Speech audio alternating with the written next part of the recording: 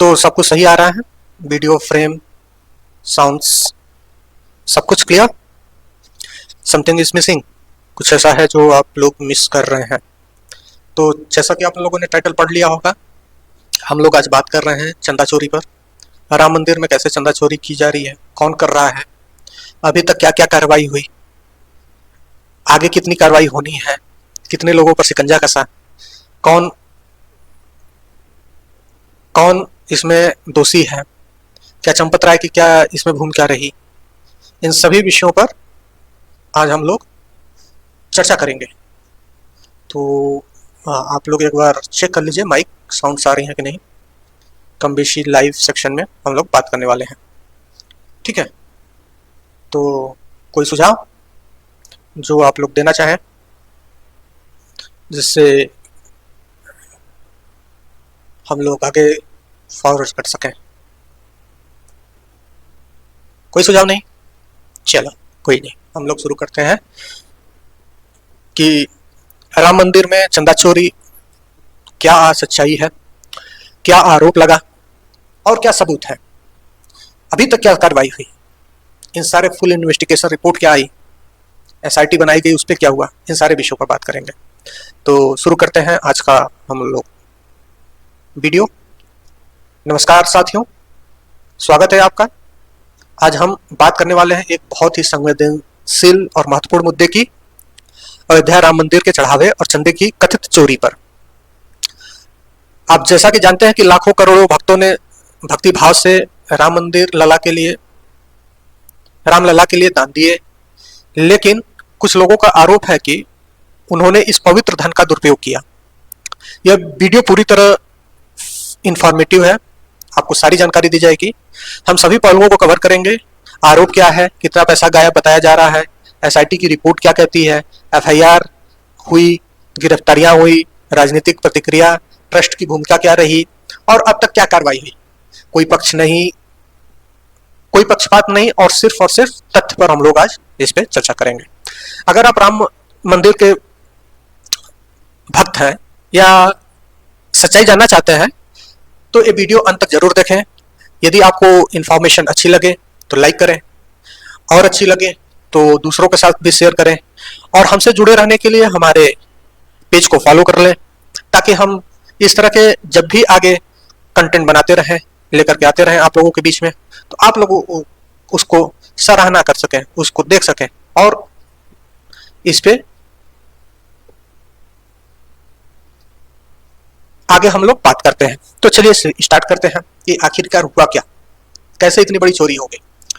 तो बात है कि 22 जनवरी 2024 को प्रधानमंत्री नरेंद्र मोदी ने राम मंदिर का उद्घाटन किया। यह हिंदू समाज के लिए सिर्फ एक मंदिर नहीं, सदियों से आस्था का प्रतीक है। राम जन्मभूमि तीर्थ ट्रस्ट, श्री राम जन्मभूमि तीर्थ क्षेत्र ट्रस्ट इसकी देखभाल करता है।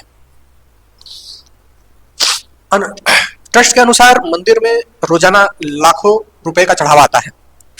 चंदा चोरी, नगद, सोना, चांदी, आभूषण, ये सारी चीजें चढ़ावे में मंदिर में आती हैं। भक्त दूर दूर से आते हैं और भक्ति से दान देते हैं। अनुमान है कि लाखों भक्तों ने करोड़ों रुपए के दान दिए, लेकिन हाल ही में खुलासा हुआ कि इस पवित्र चंदे में गड़बड़ी हुई। आरोप क्या लगे, इस पे हम लोग आज देखते हैं कि आखिरकार क्या आरोप लगे। आरोप मुख्य रूप से चढ़ावा, काउंटिंग प्रक्रिया, कर्मचारियों और ट्रस्ट के कुछ लोगों पर है। नगद चोरी, रिपोर्ट के मुताबिक डोनेशन बॉक्स से पैसे गायब हो रहे थे। कुछ कॉम्प्लेक्सेस में 200 करोड़ तक का कैश मिसिंग बताया गया।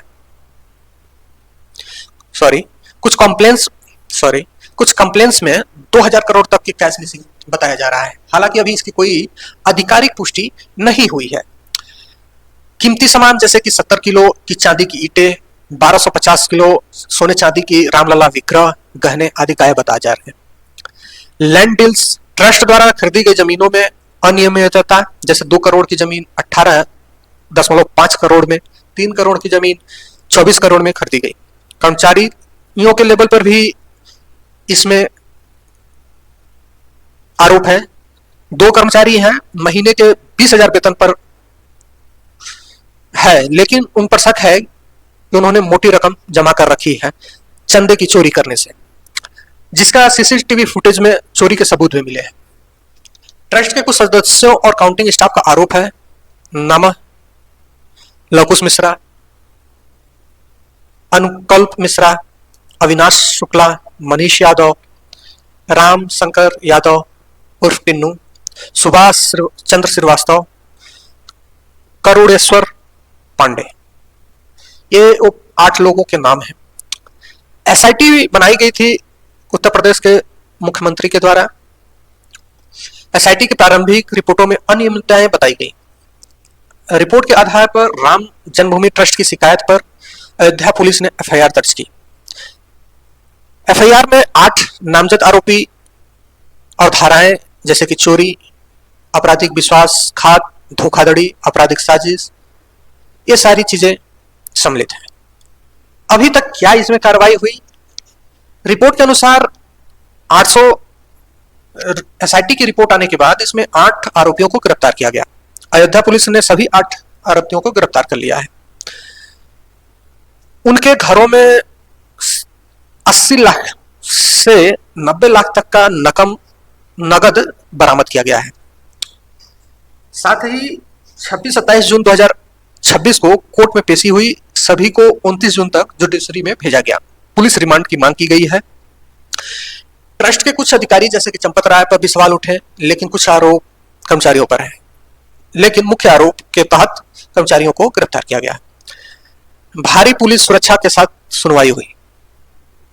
अब तक हुई कार्रवाई तेज और सख्त है। यूपी सरकार ने कोई ढिलाई नहीं बरती है। आगे सीबीआई या बड़े स्तर की जांच की मांग हो रही है।